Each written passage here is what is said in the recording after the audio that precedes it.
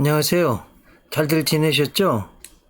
오늘은 제10강 사도행전 21장, 24장까지 주의하도록 하겠습니다. 늘 해왔듯이 장 요약하겠습니다.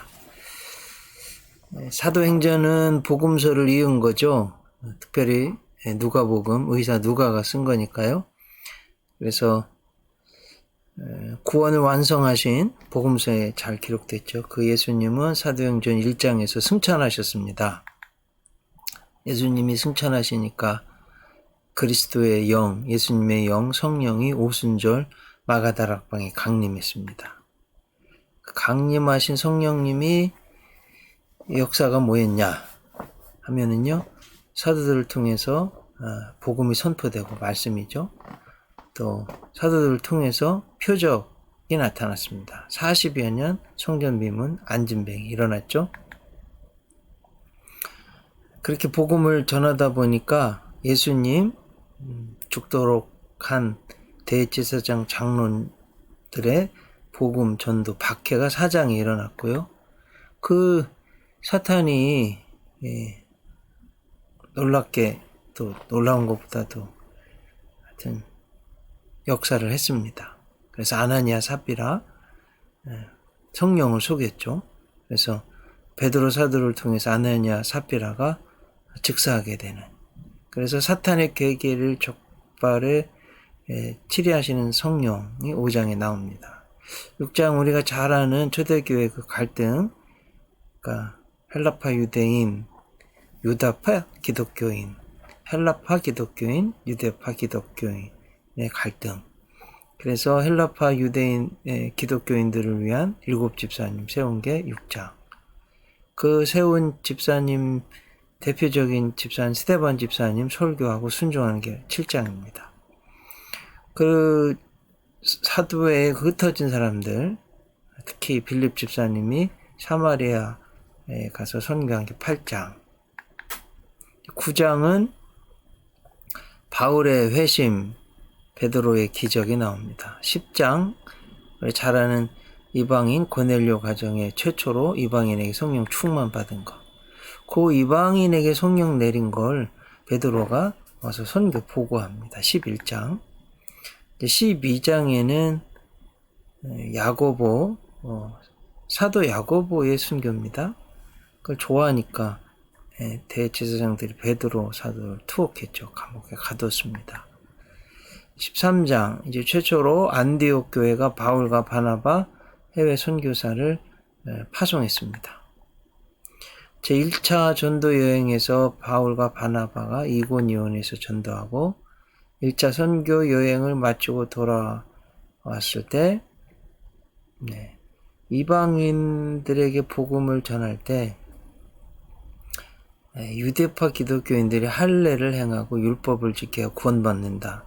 이게 강조하다 보니까 이게 문제가 돼서 예루살렘 종교회의가 생겼습니다. 16장 우리가 잘 아는 2차 선교 여행을 갈 때 바울과 실라가 최초로 이제 유럽으로 넘어가서 빌립보, 데살로니가, 베레아, 아덴, 그리스 이렇게 선교하는 걸 알 수 있습니다. 17장 나오죠. 데살로니가, 베레아, 아덴 선교. 18장 바울의 고린도 선교, 또 아볼로의 에베소 선교 살펴봤죠. 19장은 바울의 에베소 설교. 20장 바울의 드로아 설교, 에베소 장로들과의 작별.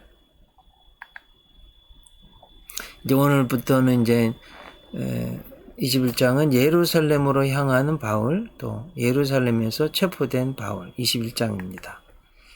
22장은 체포된 바울이요, 자신에 대해서, 복음에 대해서 변증하는 거예요. 23장은 사내들인 공회 앞에 선 바울, 그리고 로마의 총독부가 있는 가이사랴로 이송된 바울, 23장입니다. 24장, 그 가이사랴에 가서 벨릭스 총독 앞에서 변론하는 바울, 이렇게 되어 있습니다. 21장, 이제 예루살렘으로 향하고 또 체포된 바울이에요. 보겠습니다. 이렇게 세 가지. 예루살렘으로 가서 야고보 사도를 여기 야고보 사도는 예수님 동생 야고보 사도를 말하는 거예요. 그리고 체포된 바울. 백성에게 변론하는 말하는 바울.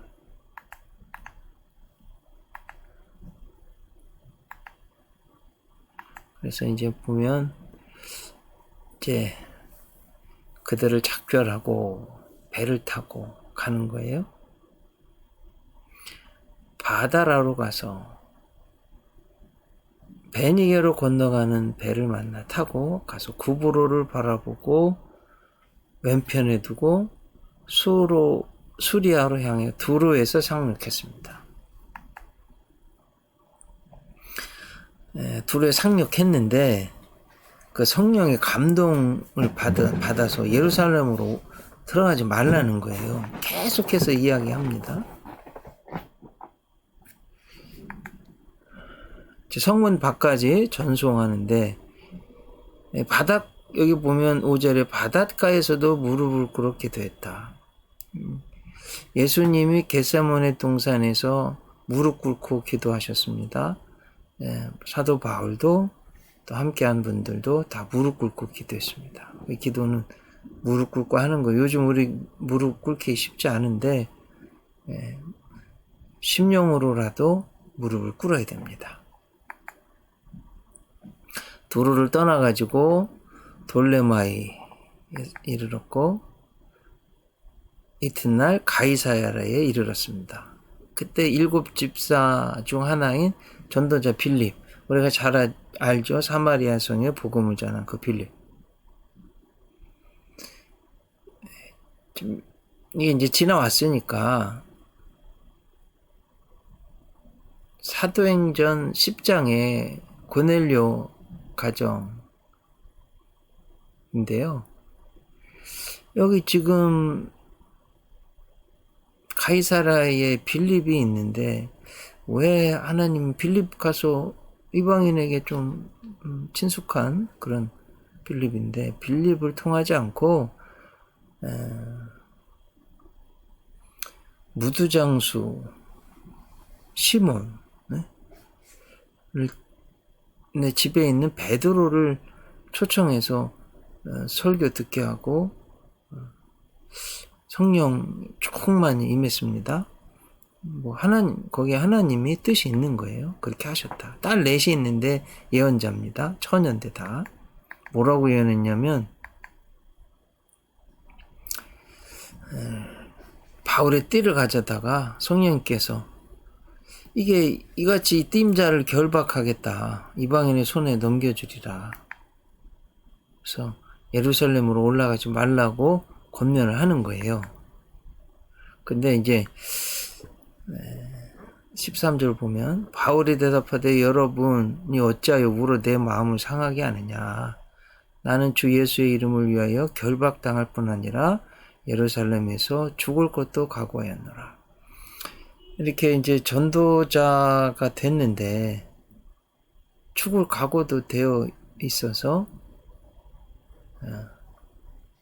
복음 전하는 거 준비가 되어 있는 거예요. 우리도 이제 전도자가 될 텐데요. 권함을 받지 않아서 주의 뜻대로 이루어지이다 하고 그쳤다는 거예요. 여장을 꾸려서 예루살렘으로 올라갔습니다. 몇 제자가 함께 가며 한 오랜 제자 구브로 사람 나손을 데리고 갔습니다. 야고보 사도를 만나는 바울이에요. 예루살렘에 이르러서 형제들을 기꺼이 영접했다. 이게 초대교회 전통이에요. 그러니까 구약에도 예수님 하나님의 직계가족 과부, 고와 나그네 잘 대접하라고 하셨잖아요. 예수님 믿고 그 이후에 전도자들 참 형제들 이렇게 만나면 기꺼이 영접했습니다. 야고보에게 갔어요. 가서 이제 모교회죠. 예루살렘 교회. 이방 가운데서 하신 일을 낱낱이 말하니 1차 선교 여행 마치고 와서 파송한 안디옥 교회에 사도 바울, 바나바가 선교 보고를 했습니다. 그래서 선교사들은 선교 나갔다 오면 반드시 보고하는 거예요. 낱낱이 말하는 거예요. 그래서 또 하나님께 영광을 돌리고, 여기 보면 한 가지 또 특이한 게 20절. 이게 뭐 시간이 조금 지나긴 했지만 믿는 자 수만 명 있다는 거예요. 율법의 열성을 가진 자라고.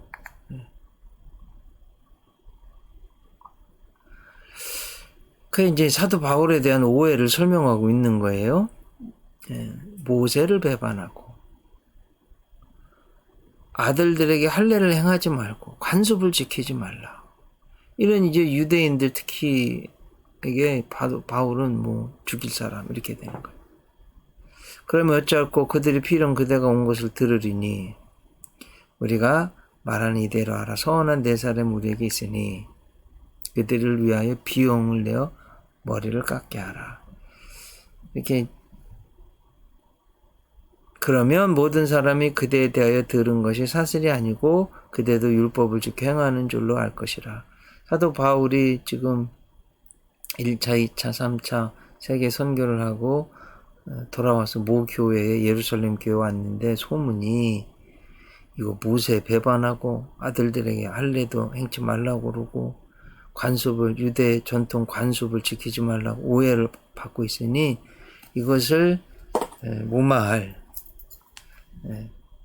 방안을 지금 야고보 사도가 낸 거예요. 뭐냐면 이제 서원한 네 사람, 하나님 앞에 결심에 서원한 사람들, 특히 가난한 사람들이요, 결례를 행할 때 그 비용이 많이 든다고 그래요. 이제 이렇게 서원한 기간 동안 독주 마시지 말고 머리 깎지 말고 시체를 가까이 하지 말고. 본문에 나온 이 네 명의 서원은 본인의 자유 의사에 의해서 일정 기간 동안 하는 서원이라고 여겨지고요. 이제 결례 기간이 끝나는 날에 머리를 깎고 희생 예물을 드리는 때에 드는 경비를 부담하라, 이런 뜻이에요. 여기서 이제 드려지는 희생 제물로는 번제물로 1년 된 숫양 하나, 속죄 제물로 1년 된 어린 암양 하나, 화목제로 순양 하나, 그 외에 무교병 과자 등이었습니다. 이 집 비용은 순양 하나, 암양 하나, 또 순양 하나, 무교병 과자. 가난한 사람들에게는 이게 상당히 부담스러웠어요. 결코 적은 게 아니었습니다. 그래서 이제 하나님 앞에 거룩한 일을 하려고 이렇게 서원해서 머리 깎고 독주도 마시지 않고 시체도 만지지 않고 하나님의 일을 하려고 하는, 돈이 없어서 어려움 겪는 사람들에게 비용을 대주는 건 이건 매우 경건한 행위로 여겨졌습니다. 그래서 사도 바울이 율법을, 전통을 존중하는 사람이구나, 이걸 이제 말할 수 있는 거니까 이걸 하라고 한 거예요. 주를 믿는 이방인에게는 우리가 우상의 제물과 피와 목매어 죽인 것 음행을 피할 것을 결의하고 편지했느니라 하니. 바울이 이제 이 사람들 데리고 이튿날 결례를 행하고 성전에 들어가서 각 사람을 위해서 제사를 드릴 때까지 결례 기간이 만기된 것을 신고하니라, 이렇게 되어 있습니다. 그렇게 했는데 이래가 거의 차서 7일 동안 하는데, 이제 유대인들이요 무리를 충동하여 항상 선동질이에요. 악한 사람들은 그를 붙들고 율법과 이 성전, 이곳 성전이죠, 비방하고 헬란을 데리고 성전에 들어갔다. 이 거룩한 곳을 더럽혔다. 이방인들은 성전에 못 들어갑니다. 그들이 전에 에베소 사람 드로비모가 바울과 함께 시내에 있음을 보고 짐작으로 그를 성전에 데리고 들어간 줄로 생각한 거예요. 실제로는 데리고 들어가지 않았는데, 그래서 제가 이제 여기 성전에 단면도를 가져왔습니다. 성전 뜰 입구 있죠. 이방인의 뜰, 여기까지만 이방인들 들어갈 수 있어요. 이스라엘 뜰, 이 성전에는 성소, 지성소 나누어지고 하는 이스라엘의 뜰에는 들어갈 수가 없습니다. 여러분, 이스라엘 뜰 오른쪽으로는 여인의 뜰로 들어가는 문, 성전 미문에 앉아 있는 40여 년 앉은 뱅이 아시죠? 그리고 오른쪽에는 황금문, 그리고 다른 성소와 지성소, 또 여인의 뜰,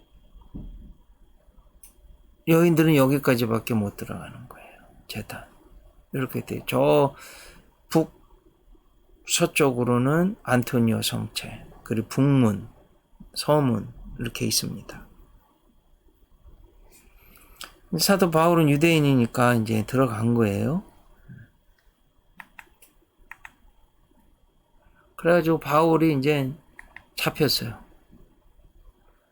죽이려고 한 겁니다. 너무나 요란하니까 이게 천부장에게 들렸어요. 천부장이 백부장들을 거느리고 내려갔습니다. 천부장 군인들을 보고 이제 바울 치기를 그쳤습니다. 바울을 이제 잡혔어요. 두 쇠사슬로 결박당했습니다.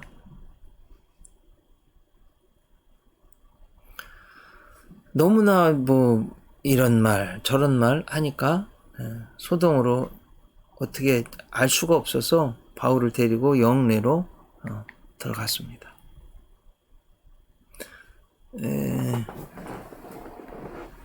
바울 지금 돌아오는 길, 여러분 두로, 돌레마이, 가이사라에 들려서 예루살렘에 온 것 알 수 있죠?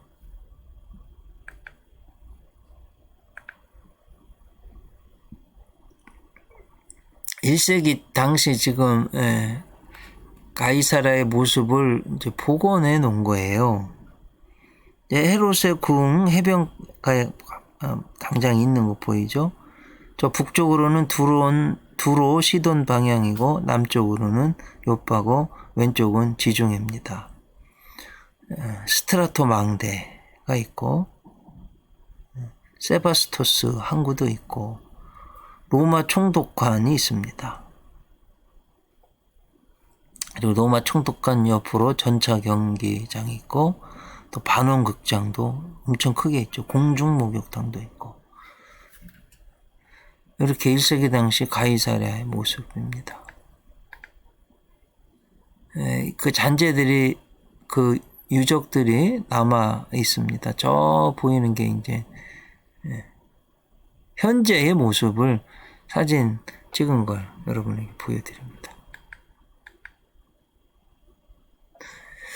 이게 이제 너무 사도 바울을 죽이려고 격분들을 하고 있으니까, 여러분 아주 너무나 유명한 락커들 관중들한테 막 뒤로 누우면 막 손으로 이렇게 들고 가잖아요. 땅이 안 떨어지고. 그렇게 사도 바울 들고 간 것 같아요.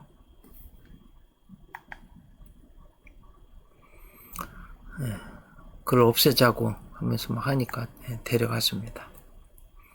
자, 영내로 들어가려 할 그때 바울이 천부장에게 이르되 내가 당신에게 말할 수 있느냐. 지금 이제 한 말이 헬라 말로 한 거예요. 지금 전 세계 공용어가 영어로 말하면 조금 공부한 사람들은 웬만하면 통하는 것처럼 1세기 사도 바울 시대에는 헬라어, 그리스어가 공용어였습니다. 그러니까 이전에 소유를 일으켜 자객 4,000명을 거느리고 광야로 갔던 애굽인이 아니냐? 아니다. 나는 유대인이다. 애굽인이 아니라 길리기아 다소 시민이다. 그래가지고 이게 천부장이 이제 허락을 하니까 바울이 층대에 서서 백성들에게 이제 손짓하니까 다 조용해서 히브리 말하는 거예요. 이제 헬라 말도 할 줄 알고 히브리어도 할 줄 아는 이중으로, 지금으로 말하면 우리로 말하면 영어도 할 줄 알고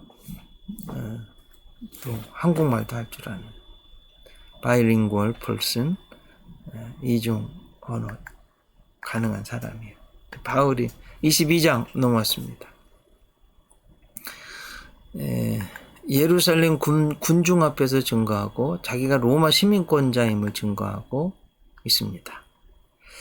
부형들이여, 내가 지금 여러분 앞에서 변명, 아폴로기아 이렇게 되는데 변호, 변명의 뜻인데요.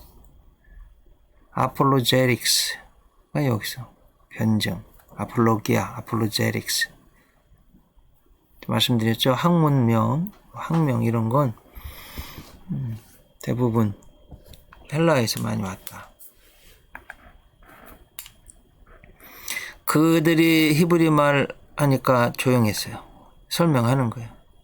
나는 유대인입니다. 길리기아 다소에서 났고 가마리엘 문화에 있습니다. 지금 뭐 서울대생 정도. 율법에 엄한 교훈을 받았습니다. 하나님께 대해서 열심히 있는 자였습니다. 이렇게 이제 자기 변호를 하는 거예요. 그리고 이 도를 박해해서 기독교 죽이기까지 남녀를 결박하여 옥에 넘겼다.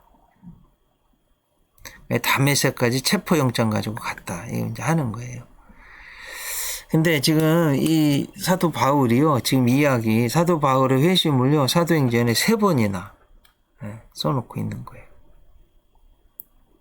9장에서도, 여기 22장에서도.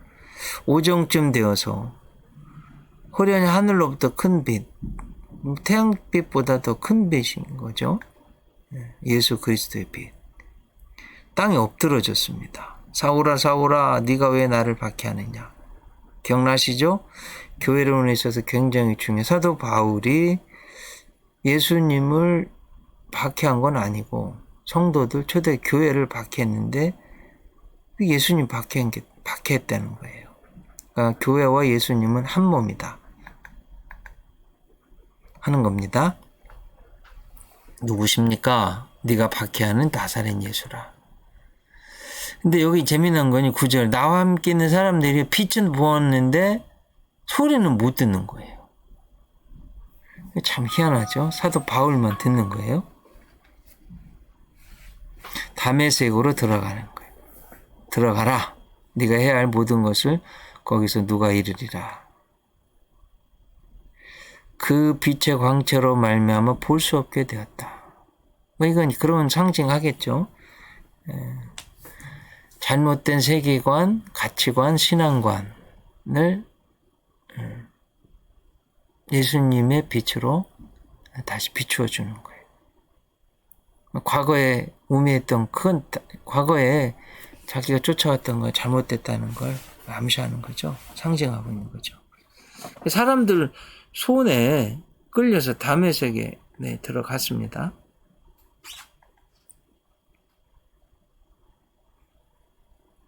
아나니아가 와서 만수했죠. 다시 보라건을 보았습니다.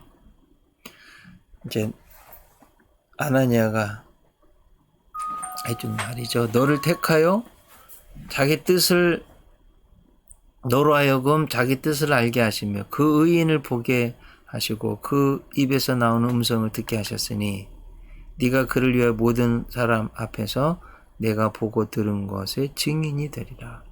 말투스, 위트니스, 순교자 뜻이 있죠.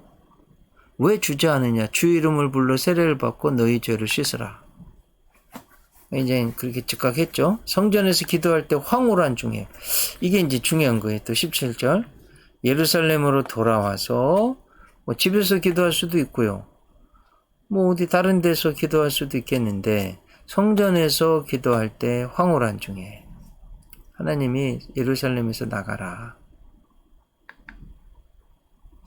주님, 내가 주를 믿는 사람들을 가두고 또 각 회당에서 때리고 그랬습니다. 시대반 피 흘릴 때 내가 곁에서 찬성했습니다.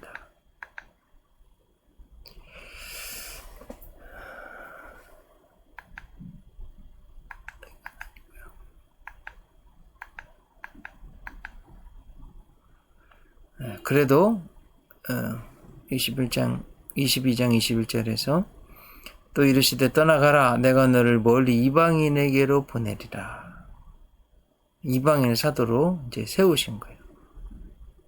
그러니까 이제 자기가 어떻게 유대교에서 기독교로 개종한 것을 설명하니까 유대교인들이요 막 다 죽이려고 하는 거예요. 옷 번지고 막 티끌을 공중에 날리고 뭐 어떻게 할 수 없어서 영내로 이제 데려간 거예요. 이제 채찍질을 하고 신문하려고 하니까 그때 이제 사도 바울이 로마 시민된 자를 죄도 정하지 않고 채찍질할 수 있느냐 하는 거예요. 로마 시민이라고 하니까 천부장이 이제 물어보는 거예요. 로마 시민이냐? 그렇다. 나는 돈을 많이 들여서 이 시민권을 얻었는데 사도 바울 나는 태어나면서 지금도 그렇죠. 미국의 시민권자는 속지주의여서 미국에서 태어난 사람들은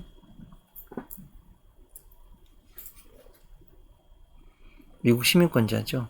제가 이제 저도 이제 딸 아들 넷 낳았는데 제가 유학할 때 94년도에 가서 2005년도에 12년 있다가 돌아왔는데요. 그때 이제 다 태어나서 저희 자녀들은 자동적으로 미국 시민권자들입니다. 사도 바울도 이제 그 얘기 하는 거예요.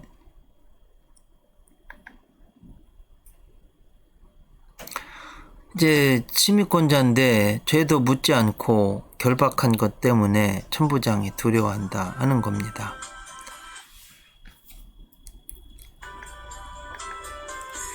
자, 이제 당시에 이제 로마 시민권은 로마인 아니고서는 몇몇 특정한 사람들에게만 주어지는 매우 중요한 자격이었다는 거죠.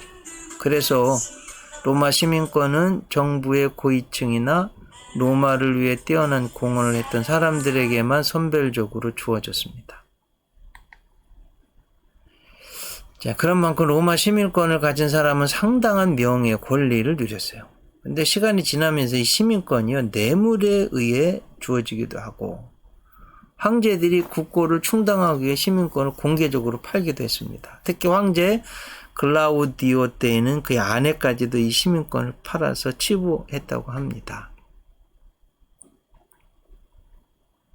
이 천부장이 시종명이 글라우디오인 것을 감안할 때 황제 글라우디오 치하에서 시민권을 샀지 않았을까 그렇게도 생각을 하는 거예요. 23장 이제 사내들인 공회 앞에 선 바울 그리고 가이사랴로 이송된 바울이에요. 사내들인 공회에서 변호하죠. 바울이 죽이려고 하는 음모 이제 해결이 안 되니까 가이사라에 있는 총독부가 있는 가이사라의 벨릭스 총독에게 보내집니다. 이게 이제 23장이에요. 바울이 공회에 시네드리온 이렇게 시네드리온 그래서 우리는 사내들인 그렇게 이제 번역해서 알고 있죠. 공회를 헬라어로 그리스어로 시네드리온 이렇게 했습니다. 사내들인. 예수님도 여기서 재판 받으신 거예요. 베드로 사도도 이 재판정에 섰고 사도 바울도 지금 이 재판장에 섰습니다. 공회에.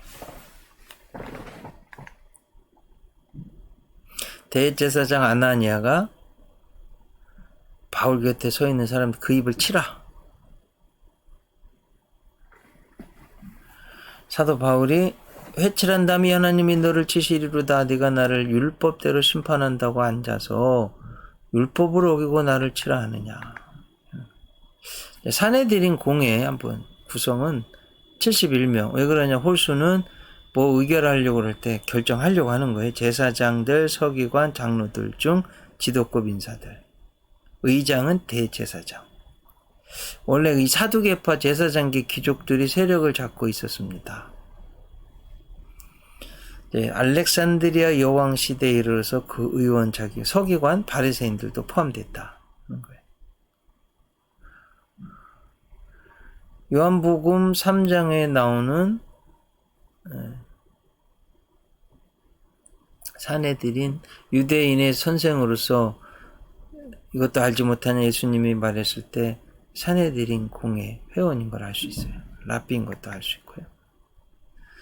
자, 예루살렘 사내들인의 권한은 최고의 유대인 의회예요. 세속적 일, 종교적인 일들 관할하고 재판할 수 있었어요. 하지만 통치의 최종 집행자는 로마 제국의 총독이었다.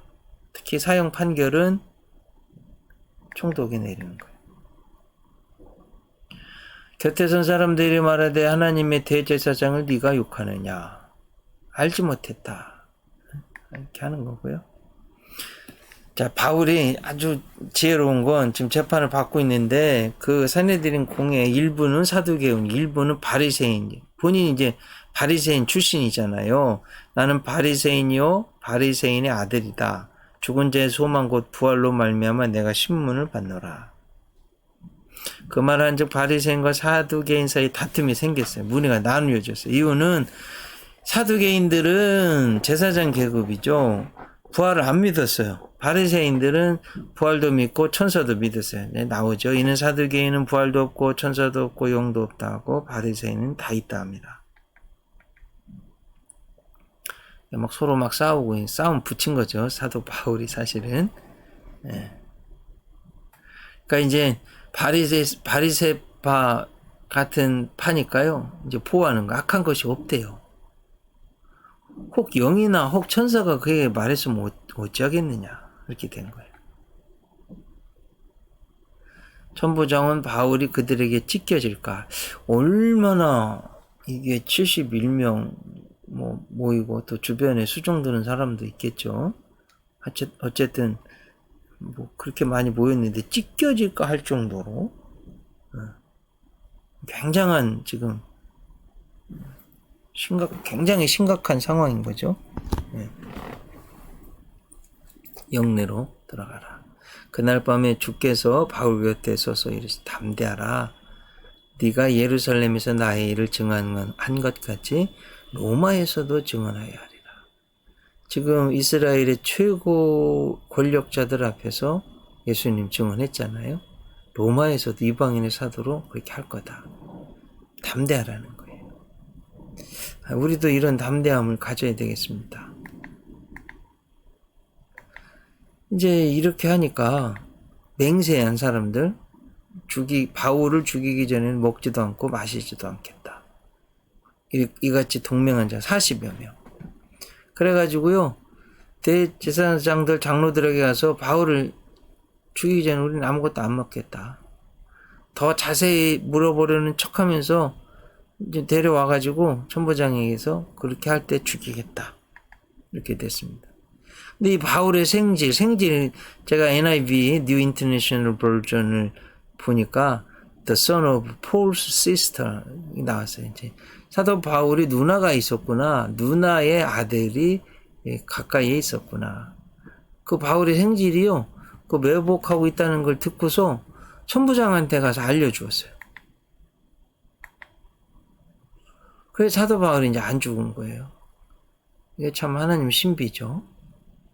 그렇게 해서 로마에 가서 로마에 에서도 복음을 전하게 되는 거죠. 이게 좀 설명해서 이제 그들 청함을 따르지 마십시오. 바울을 죽이기 전에는 먹지도 않고 마시지도 않고 맹세한 사람들입니다. 이렇게 말하고 있습니다. 그래서 이제 예루살렘에서 아시죠, 여러분? 예루살렘은 중앙 산악지대,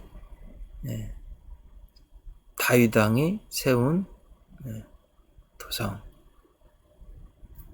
이제 거기에서 예수님이 예루살렘에서 십자가에 죽으셨잖아요. 하여튼 거기에서 이제 로마 제국이 통치하기 쉬운 것이 바닷가, 지중해에서 배 타고 군인들 쉽게 내리고 할 수 있는 가이사라의 총독부가 있어요. 벨릭스 총독에게 후송됐습니다.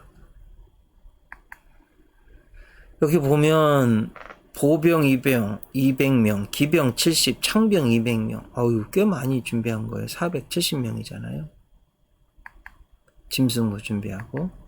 그래서 여기 이제 26절에 글라우디오 루시아, 글라우디오 황제 때 아무래도 시민권을 돈 주고 사지 않았나 이렇게 생각하는 거예요. 총독 벨리스 가깝게 무난하나이다 하고 쭉 설명합니다. 유대인들이 무슨 일로 고발하는지 알고자 했는데 공회로 데리고 갔는데 한 가지도 죽이거나 결박할 사유가 없음을 발견했대요. 예수님도 마찬가지잖아요. 예수님도 죽일 모든 근거도 없는데 그냥 죽인 거예요, 유대인들이. 지금 바울도 그렇습니다. 그러나 이 사람을 해하려는 관계가 있다고 누가 내게 알려주기에 당신께 보냅니다. 그리고 이제 데려갔습니다. 바울이 이제 가이사랴에 들어가서 편지를 총독에게 드렸어요. 총독이 있고 어느 영지 사람이냐? 헤롯궁에서 그를 지키라 명하니라 이렇게 됐어요. 24장 벨리스 총독 앞에서 변론하는 바울이에요. 유대 지도자들이 바울을 고소하고 바울이 벨리스 총독에게 해명하고요. 이제 가이사랴 감옥에 갇힙니다. 여기 이제 변호사 더둘로를 데리고 왔는데 로마법을 잘 알고 해서 사도 바울을 꼭 가두려고 이렇게 뭐 이제 벨릭스 총독에게 우리가 태평을 누리고 있다. 이건 말도 안 되는 거죠. 사실 꼭 뭐라고 그럴까? 요한형 같다고 할까요? 그래서 여러분 예수님 당시나 사도들 시대에 보면 대제사장들 사두개 이 파가요 로마 제국에 빌붙어 있었어요. 그래서 국민들이 사두개파를 안 좋아했어요. 실질적으로는 누구를 존경했냐면 바리새파를 존경했습니다. 이거 보면 알 수 있죠. 당신을 힘입어 태평을 누리고 있다니 무슨 로마 제국이 이스라엘을 점령해서 나라를 빼앗고 있는데 무슨 태평을 누리고 있습니까? 다 거짓말이죠.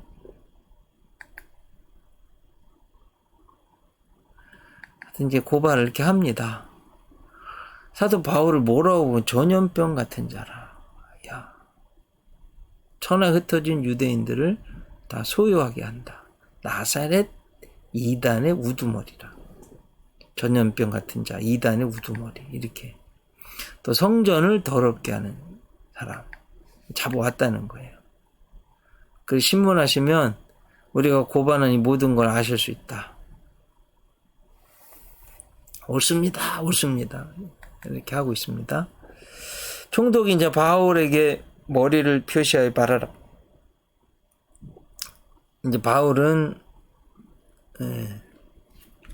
아주 지혜롭게 잘 말하죠. 여러 해 전부터 이 민족의 재판장 된 것을 내가 알고 내 사건에 대해 기꺼이 변명한다. 아폴로 게오마이, 아폴로제릭스 변명하고 있는 거죠. 당신이 아실 수 있는 바와 같이 내가 예루살렘에 예배로 올라간 10이틀밖에 안 됐고 내가 성전에 누가 변론하는 것 또 회당 또는 시중에서 무리를 소동하는 거 본 사람이 없다는 거예요. 증거가 없다. 내세울 곳이 없다는 거예요. 그리고 나는 그들이 이단이라고 하는 도를 따라서 하나님도 섬기고 율법과 선지자들이 기록된 것도 다 믿고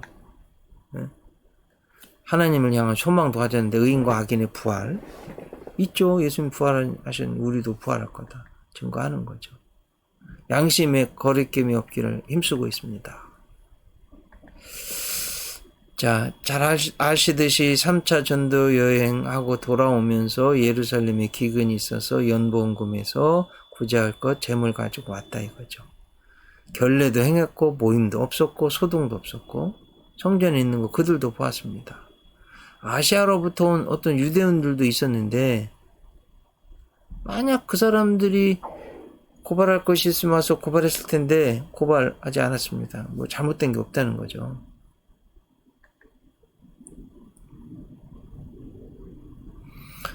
이제 죽은 자의 부활에 대해 오늘 너희 앞에 신문을 받는다고 이 한 소리만 있을 따름입니다. 이렇게 지금 변명하는 거예요. 중요한 건 벨릭스가 이 도에 관한 것 더 자세히 아는 거로 연기했다. 재판을. 이게 문제인 거예요. 백부장에게 명하여 바울을 지키되 자유를 주고 그의 친구들이 그를 돌봐주는 것을 금하지 말라. 수일 후에 그의 아내 유대 여자 두루실라와 함께 와서 바울을 불러. 이제 아내가 유대 여자인 거예요. 총독인데 유대 여자인 거예요. 바울이 의와 절제와 장차오는 심판을 강론했다. 벨릭스가 두려워하여 대답하되 지금 가라 내가 틈이 있으면 너를 부르리라. 네, 이렇게 했는데 진짜 뭐 바쁘고 총독으로 하는데 진짜 중요한 건 못 듣는 거죠. 이렇게 바쁘면 안 되는 거예요. 이거 미련한 거예요. 또 돈을 받을까 바라는 거예요. 그래서 바울이 제대로 재판도 받지 못하고 죄도 없는데 27절에 보면 뭐라고 되어 있냐면 2년이나 갇혀 있었다는 거예요. 이게 지금 말도 안 되는 거죠. 벨릭스가 유대인의 마음을 얻고자 하여 바울을 구리하여 두니라. 이제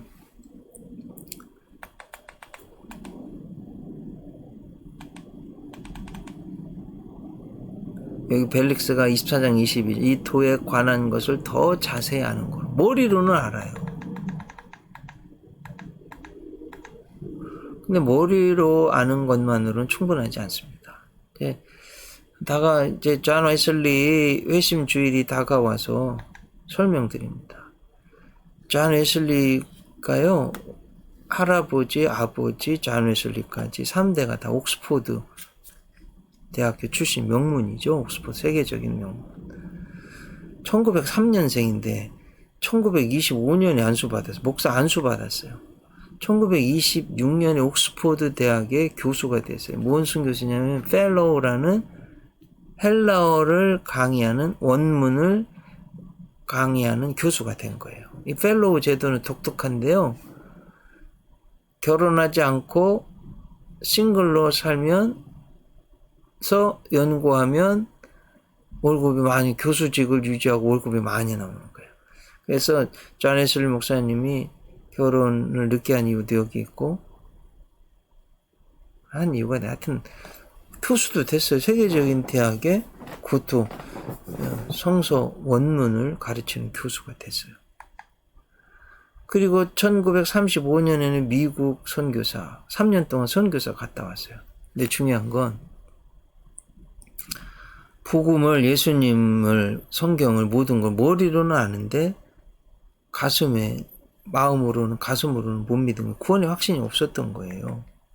그래서 잘 아는 1938년 미국 선교에 실패하고 돌아와서 이제 5월 24일 저녁 8시 45분 올드스 게이트의 거리에